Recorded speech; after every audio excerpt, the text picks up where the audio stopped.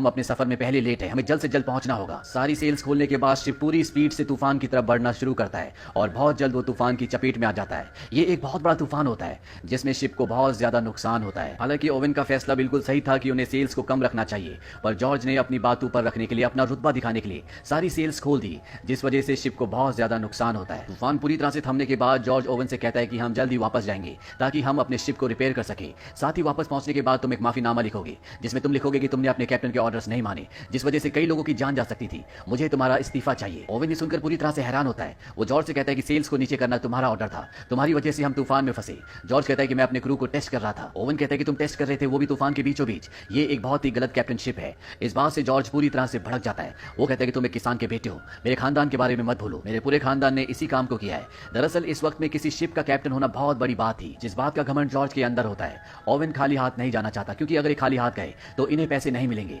इसीलिए जॉर्ज को समझाता है। वो कहता है कि बिना ऑयल के वापस जाना आपके परिवार की शान के खिलाफ होगा। मैं भी चाहता हूं कि हम ऑयल इकट्ठा करें और जल्द से जल्द वापस चले जाए। जिस काम के लिए हम यहाँ पर आए हैं उस काम को हमें पूरा करना होगा। जॉर्ज उसकी बात मान जाता है और इसके बाद ये समंदर की और भी गहराइयों में बढ़ते चले जाते हैं। इन्हें आज समंदर में पूरे 3 महीने हो चुके हैं। 3 महीने बाद इन्हें वेल्स का एक झुंड दिखता है, जहां पर ये अपने बड़े जहाज से 3 छोटी छोटी नौकाओं में समंदर में वेल मछली का शिकार करने के लिए उतर जाते हैं। ये वहां पर एक वेल मछली का शिकार भी करते हैं। के बाद वेल मछली को शिप पर लाया जाता है, जहां पर उसकी बॉडी के अंदर जो ऑयल होता है उसे निकाला जाता है, लेकिन अभी भी उसके अंदर बहुत सारा ऑयल होता है। वेल मछली के ऊपर जो छेद किया होता है वो बहुत छोटा होता है और इस पूरे शिप में सबसे छोटा लड़का थॉमस है, जो 14 साल का है। सेम टाइम में राइटर को ये पूरी कहानी सुना रहा है। इस वेल के शिकार के बाद इन्हें कई महीनों तक कोई भी वेल नहीं दिखती। इन्हें लगभग समंदर में पूरा 1 साल हो चुका है। ये सब अपने घर से बहुत दूर हैं। इनके खाने पीने का सामान भी खत्म होने वाला है। साथ ही साथ ओवेन और जॉर्ज के बीच में जो दरार थी अब वो और भी बढ़ चुकी है। इन्हें खाने पीने का सामान चाहिए, इसीलिए ये एक टापू के पास अपना शिप रोकते हैं और नाव से उस टापू पर जाते हैं, जहां पर इनके पास जो वेल ऑयल होता है ये उसका सौदा करते हैं। यहाँ पर इन्हें कैप्टन भी मिलता है जो इन्हीं की तरह वेल ऑयल का काम किया करता था, पर अब उसका एक हाथ नहीं है। ओवेन और जॉर्ज उसके पास जाते हैं। वो उससे पूछते हैं कि हमें वेल्स कहाँ पर मिलेंगी। वो कैप्टन बताता है कि आज से कई साल पहले जब मेरे पास अपना शिप था, यहाँ से 2000 मील दूर वेस्ट में हमें इतनी सारी वेल्स मिली थी कि हम एक दिन में 3000 बैरल ऑयल इकट्ठा कर सकते थे। 3000 बैरल ऑयल बहुत ज्यादा है। जॉर्ज और ओवेन के पूरे सफर का टारगेट 2000 बैरल ऑयल का है। इसके बाद वो कैप्टन बताता है कि हम वेल्स को मारकर ऑयल ले सकते थे अगर वहां पर वो व्हाइट वेल नहीं आती, जिसकी लंबाई लगभग 100 फुट की है। वो समंदर का शैतान है जिसने एक ही बार में हमारे पूरे शिप को नष्ट कर दिया। मेरे 6 लोग मारे गए, साथ ही साथ मैंने अपना एक हाथ भी खो दिया। पर ओवेन और जॉर्ज उसकी बात पर यकीन नहीं करते और वो अपना शिप लेकर वेस्ट की तरफ बढ़ जाते हैं। और जब ये उस जगह पहुंचते हैं जिस जगह के बारे में कैप्टन ने बताया था, तो उसकी बात सच होती है। यहाँ पर वेल्स का झुंड होता है, जिसे देखकर सब बहुत खुश और एक्साइटेड हो जाते हैं। यहाँ से एक ही दिन में ये इतना ऑयल निकाल सकते हैं कि ये वापस अपने घर जा सके। ये सब के सब अपने बड़े शिप से छोटी बोट्स में समंदर में वेल मछलियों का शिकार करने के लिए उतर जाते हैं। और जब ये शिकार कर रहे होते हैं तभी यहाँ पर व्हाइट वेल आती है। ये वही दैत्यनुमा वेल मछली है जिसके बारे में इन्हें कैप्टन ने बताया था। उस कैप्टन ने जिस कैप्टन ने इन्हें यहाँ का रास्ता दिखाया है। वो वेल मछली इतनी बड़ी होती है कि एक ही बार में इनकी नाव को पलट देती है। इसके बाद इनके बड़े शिप पर भी वो हमला करती है, जिससे इनका शिप नीचे से लीक होना शुरू हो जाता है। और ओवेन इस वेल मछली का शिकार करना चाहता है, इसीलिए वो अपने भाले को डबल करता है और वेल मछली पर निशाना लगाता है। उसका निशाना एकदम सही जगह पर लगता है। भाला वेल मछली के शरीर में गड़ जाता है। ये भाला एक रस्सी से बंधा होता है और ये विशाल वेल मछली लगातार पानी की गहराइयों में जा रही होती है। एक पॉइंट पर आकर इनकी रस्सी खत्म हो जाती है। रस्सी का छोर शिप के बीचों बीच जो पोल होता है उससे बंधा होता है और बहुत जल्दी इनका वो पोल भी टूट जाता है। इनका पूरा शिप डैमेज हो चुका है, जो लगातार डूब रहा होता है। वही वेल मछली के शरीर में जो भाला गड़ा होता है वो भी उसके शरीर से निकल जाता है। ये सब के सब अपनी कश्तियों में पानी में उतर जाते हैं और कुछ ही पलों के बाद इनका पूरा शिप पानी में पूरी तरह से समा जाता है। और अब इनके सामने एक ऐसा सफर है जिसके बारे में इन्हें नहीं पता कि ये सफर इन्हें कहां ले जाएगा। एक बार फिर से किस्मत इनका साथ नहीं देती। समंदर में एक बहुत बड़ा तूफान आता है जिसमें इनका एक साथी जख्मी भी हो जाता है। इन्हें समंदर में इसी तरह से बहते हुए पूरे 34 दिन हो चुके हैं। इनके खाने का जो राशन है वो भी अब लगभग खत्म हो चुका है। पर तभी इन्हें उम्मीद की एक किरण दिखती है। इन्हें एक आइलैंड दिखता है जिसे देखकर ये सब बहुत खुश हो जाते हैं और ये अपनी तीनों नाव को उस आइलैंड की तरफ मोड़ देते हैं। पर तभी एक बार फिर से वही विशाल व्हाइट वेल मछली जिसने इनके शिप को डुबाया था वो एक बार फिर से इन पर हमला कर देती है और इनकी सभी बोट्स को डुबा देती है। ये सब के सब बहते हुए किनारे तक पहुंच जाते हैं, यानी कि अब ये सब के सब आइलैंड पर हैं। यहाँ पहुंचकर ये फैसला करते हैं कि ये यहाँ पर दिन रात आग जलाकर रखेंगे ताकि दूर से अगर कोई शिप गुजरे तो आग और धुआं देखकर उन्हें समझ में आ जाए कि इस आइलैंड पर लोग फंसे हुए हैं।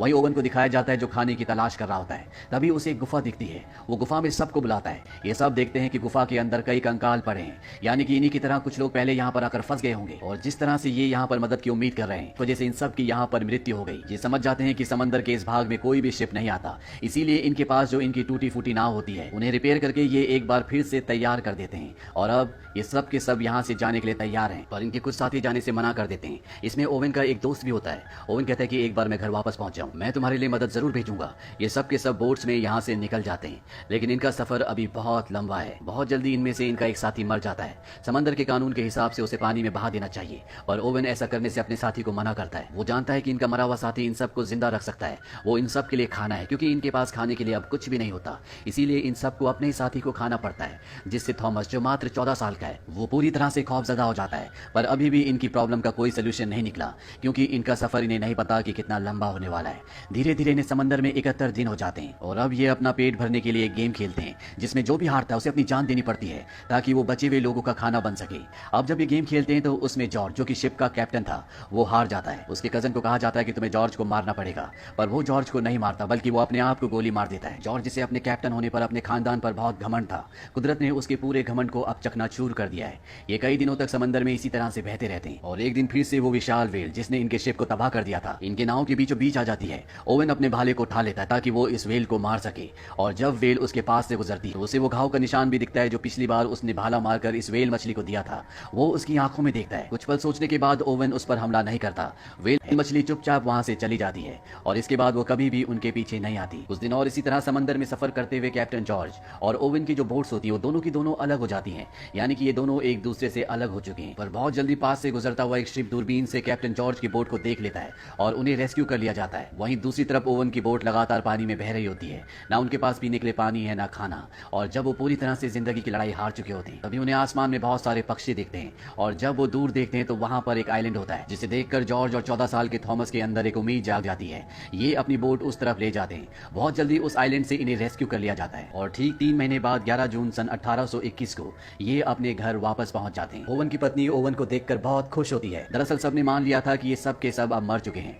जॉर्ज जब इस सफर पर गया था तो उसकी पत्नी प्रेग्नेंट थी और अब उसकी बेटी भी कुछ बड़ी हो चुकी है, जिसे उसने पहली बार देखा है। इसके बाद वो कंपनी जिसने ओवन को और कैप्टन जॉर्ज को इस सफर पर भेजा था, वो इन दोनों को बुलाती है। वो कहते हैं कि बहुत जल्द इंक्वायरी होगी। दरअसल इस सफर में इनके बहुत सारे लोग मारे गए होते हैं, इसीलिए इनसे पूछा जाएगा कि सफर में क्या हुआ था।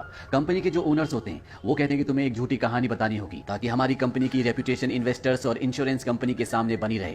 पर ओवन उनकी बात मानने से मना कर देता है। हालांकि वो उसे पैसों का लालच भी देते हैं, पर वो कहता है कि मैं अब तुम्हारी कोई बात नहीं मानूंगा। वो अपना इस्तीफा दे देता है। यहाँ पर कैप्टन जॉर्ज को अब इंक्वायरी के सामने बिठाया जाता है। हालांकि उनके पिता भी इस कंपनी के ओनर्स में से एक ओनर है, पर उसने मौत को बहुत नजदीक से देखा है, इसीलिए अब वो बदल चुका है। उसे इन बातों से कोई फर्क नहीं पड़ता और वो इंक्वायरी के सामने बता देता है कि उनके शिप को व्हाइट व्हेल ने डुबाया था।